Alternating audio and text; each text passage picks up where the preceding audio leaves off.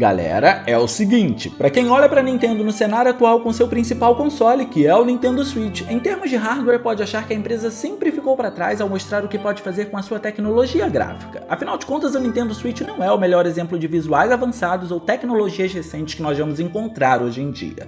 Seu apelo é outro. Ele inovou por ser um console híbrido, e isso é de fato muito interessante. Só que não mostra do que a Nintendo é capaz de fazer ao entrar em um mercado competitivo com outras marcas. Mas nem sempre isso foi assim. 1996 é o ano que encontramos a Nintendo entusiasmada com seu novo console da época. Esse entusiasmo é derivado não apenas pelo poder que ela tinha em mãos, mas também porque entrou outro concorrente na área nesse meio tempo, e é o PlayStation da Sony que veste essa carapuça. A Nintendo e a Sony já foram colaboradoras. A Sony desenvolveu o chip de som do Nintendinho, por exemplo, e ambas cooperaram na idealização de um projeto que seria um acessório para possibilitar o Super Nintendo a ler CDs, acabando com as limitações dos cartuchos. Isso além de haver um outro protótipo em mente por parte da Sony que almejava um console que pudesse ler os dois tipos de mídia. As relações acabaram mal quando a Nintendo começou a não gostar do percentual que a Sony queria nos direitos de cada um dos projetos, e por isso as duas propostas caíram no esquecimento e ambas seguiram de maneira individualizada. E é nesse cenário um tanto caótico que surgiu o Nintendo 64. Claro, pela popularidade do PlayStation, era natural ele ser alvo dos visuais em 3D, que estavam no ápice da novidade naquele período. Mas a verdade é que o Nintendo 64 tinha um poder incrível também e merece sua atenção. Como a plataforma chegou cerca de 2 anos após o seu principal rival, isso possibilitou a Nintendo entender melhor como o 3D trabalhava e fazer assim ajustes na capacidade do seu console para poder permitir o que ela considerava como uma melhor performance. E apesar da limitação dos cartuchos não ter sido removida, existem inúmeras inserções que consagram o poder visual do Nintendo 64, permitindo que ele desse vida a inúmeros títulos que moldaram a indústria. A essa altura do campeonato, é natural Zelda Ocarina of Time ou Mario 64 aparecerem na sua cabeça. Esses jogos realmente moldaram o console e a indústria como um todo. Mas o Nintendo 64 se sustenta bem em outros casos que impressionam tanto quanto por conta do seu impacto no mercado e também por como fizeram a utilização do poder da plataforma. E acredite, não era difícil se surpreender. Hipoteticamente falando, era tarde de um dia. Você comprava o seu Nintendo 64, instalava na sua TV e ia buscar o que jogar no meio dos cartuchos caríssimos do console que você tinha comprado. As possibilidades eram inúmeras e ficar impressionado era muito fácil. Você podia escolher Turok e se impressionar pela vasta selva que abusava do 3D no console com inimigos extremamente bem modelados. Dava também para optar pelo excelente porte de Quake que trazia efeitos de iluminação exclusivos para cá, ainda que o comparasse com a versão original de PC. E se quisesse se impressionar com a destrutibilidade dos ambientes, dava para fazer isso jogando Star Wars Rogue Squadrons, mas se seu estilo de jogo é mais aventureiro, Banjo-Kazooie oferece uma experiência incrível também. E tudo isso apenas porque você tinha comprado o Nintendo 64. Consciente do 3D fazer uma utilização muito abrangente de polígonos, a Nintendo investiu nisso no Nintendo 64. Com seu processamento em 64 bits e usando seu chip gráfico Silicon Graphics operando a 62 MHz, era possível renderizar aproximadamente 800 mil polígonos por segundo em um game. E se o cartucho no armazenamento conseguisse fazer a sua parte, facilitava ainda mais as coisas. Não é à toa que o porte de Quake é tão ambicioso. No entanto, é GoldenEye 007 que mostra como fazer essa proeza com tamanha maestria e ambição, mesmo com um cartucho de Nintendo 64. O que é curioso nesse jogo é que ele se tratava de um game que foi desenvolvido por um estúdio pequeno, contando com 10 pessoas, utilizando um hardware novo, uma tecnologia que era novidade, e 8 dessas pessoas que faziam parte da equipe ainda por cima nunca tinham trabalhado antes com jogos. Talvez essa seja a maior demonstração do que o Nintendo 64 era capaz, porque se em um cenário que tem toda essa dificuldade o resultado foi tão incrível e marcante, imagine quando essas dificuldades forem abolidas. Algo que é para se ficar tranquilo porque elas foram, e chegaremos nisso prontamente. Só que antes é importante entender o que aconteceu por aqui. 007 se tratava de um jogo que era necessariamente baseado em um filme, e se é baseado em um filme, é primordial que ele seja o mais realista possível. Então, como isso aconteceu em 1997?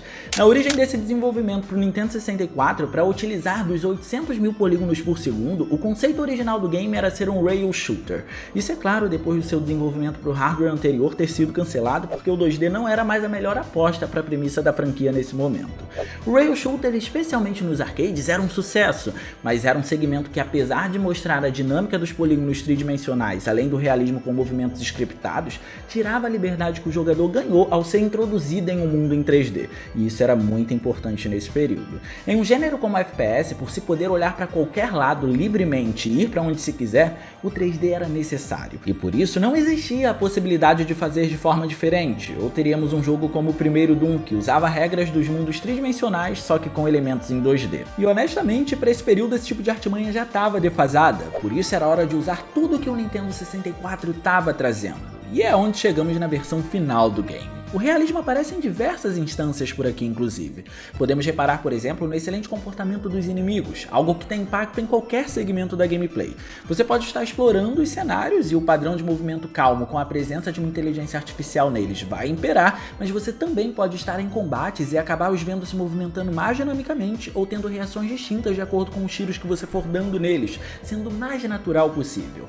Nessa exploração e combates, os cenários também têm uma estética de abertura e liberdade com uma construção altamente complexa. Ao chegar no local, você é inserido em grandes espaços sem ter ideia do que é para fazer, e aborda sua missão de acordo com a prática de tentativa e erro, até conseguir realizar seus objetivos, o que abre margem para muitas possibilidades. Por isso, ter um cenário complexo e amplo é fundamental. À medida que você explora, esses ambientes vão ficando mais intrínsecos nos elementos e mostram mais salas e muitos corredores, com o objetivo de passar a naturalidade e a complexidade. E olhando a fundo, ainda encontramos até algumas sombras fakes, que claro, estão ali apenas com papel representativo. Mas para a época era algo incrível, ainda mais se lembrarmos por quem e por quantos esse jogo foi feito. Indo um pouco mais além, a física aplicada não apenas ajudava no impacto dos inimigos recebendo tiros para uma melhor animação, como também colaborava com a destrutibilidade de certos objetos, que no fim geravam até partículas. Ou seja, tudo foi pensado aos poucos, até o céu, e deu vida a um título incrível com a capacidade do Nintendo 64. Um ponto muito interessante, inclusive, quando lembramos da capacidade do console, está em como os ambientes têm sua estética representada. É impossível explorar cada canto de GoldenEye 007 e não fazer uma associação a certos recursos do Nintendo 64. Ao correr pelos largos saguões do game, é fácil notar superfícies extremamente sólidas que ajudaram os polígonos a se encaixarem e não ficarem tortos ou quebrados, defeito comum para a época, o que trouxe um cenário consistente ao extremo.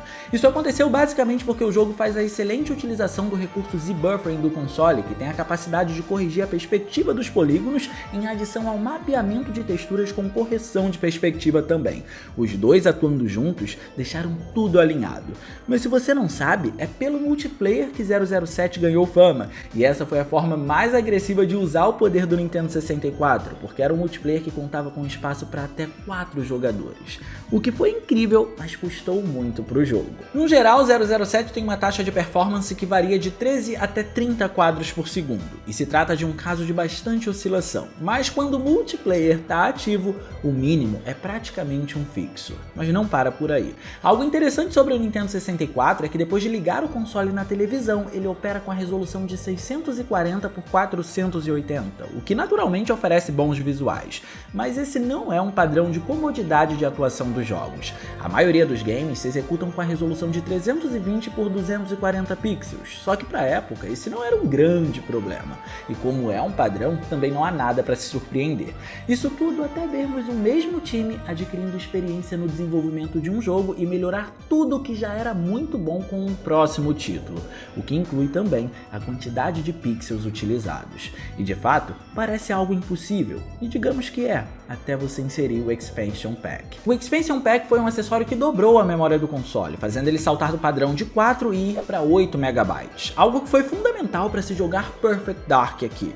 A experiência do time de desenvolvimento trouxe muitas melhorias e conseguiu usar ainda melhor todos os recursos do console com esse novo título, que pode ser encarado como uma espécie de sucessor espiritual da tecnologia de GoldenEye 007.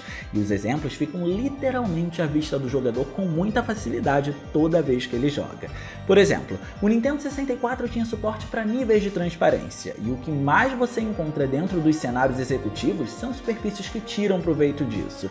Não bastante, bastante, os ambientes agora têm muito mais elementos e se preenchem melhor. Enquanto 007 tinha largos sagões que tinham poucos objetos, isso não acontece aqui, o que gera uma representação superior do que se almeja trazer da idealização para a realidade dessa vez. Ou seja, se o time quer fazer um cenário executivo, é comum encontrarmos muito mais objetos em 3D que façam a composição desses ambientes, que são muito mais subdivididos. Para auxiliar essa representação, implementaram um efeito conhecido como Light Coronas, que é uma forma em 2D de representar fontes de luz. Isso está espalhado aos montes pelos cenários e é fundamental para apoiar a ideia futurista do game. E como se já não bastasse, efeitos climáticos são mais ambiciosos agora, tendo uma atuação mais agressiva no cenário. Chega a ser assustador, mas tudo foi um salto substancial aqui, e por isso ele acaba sendo um dos títulos mais impressionantes em representar o mundo em 3D que a gente encontra naquela época.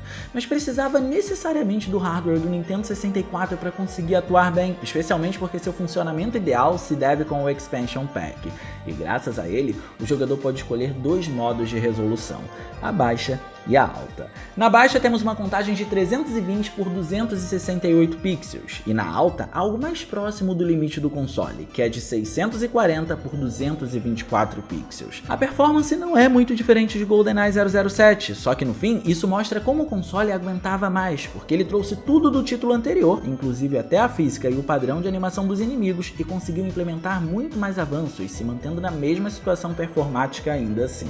Por isso, o Nintendo 64 tinha um poder incrível, e tem muito pra gente falar dele ainda. Mas agora eu quero saber de você, qual foi o título mais impressionante do Nintendo 64 na sua opinião? Deixa aí no campo dos comentários que eu quero saber um pouco da sua história com o Nintendo 64. E no mais, eu vou ficando por aqui, eu espero muito que vocês tenham gostado desse vídeo. Se vocês gostaram, não se esqueçam de clicar no gostei, porque isso ajuda pra caramba, e de quebra você faz a boa ação do dia e se inscreve no canal ativando o sininho das notificações para não perder os vídeos de terças e quintas às 19 horas. Minhas redes sociais vão estar aparecendo por aqui se vocês quiserem trocar uma ideia, sou todo ouvidos. Era isso, um grande abraço e a gente vai se ver na próxima.